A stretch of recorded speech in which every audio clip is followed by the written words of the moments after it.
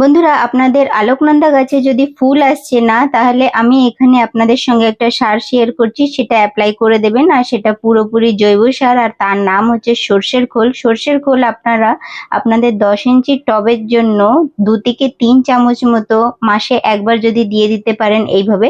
কিন্তু সর্ষের খোলকে কখনোই এইভাবে ওপরে দিয়ে খুলে এইভাবে রাখবেন না, ওপর থেকে অবশ্যই মাটি দিয়ে কভার করবেন। মাটি দিয়ে কভার করে দিলে অতটা ছত্রাকের আক্রমণ হয় না। তবে এর যে ছত্রাকগুলো আক্রমণ করে সেটা কিন্তু গাছের জন্য কোনো রকম ক্ষতি করে না। আমার কোনো গাছ এই সার দেওয়ার জন্য মারা যায়নি, মানে এর যে ফাঙ্গাস থাকে সেটা দিয়ে। তো অবশ্যই অ্যাপ্লাই করবেন। আর এর লং ভিডিও চ্যানেলে শেয়ার আছে, 20 দিন পরের ভিডিও আপনারা দেখতে পাচ্ছেন। খুব ভালোভাবে ফুল আসছে বা কুড়িও এসে গেছে। আর লং ভিডিও দেখে নেবেন। আর এরকম ভিডিও দেখতে চাইলে আপনারা অবশ্যই চ্যানেলটাকে সাবস্ক্রাইব করে নেবেন। আর অবশ্যই অনেক রকমের টিপস আছে গার্ডেনিং নিয়ে, তো ভিডিওটা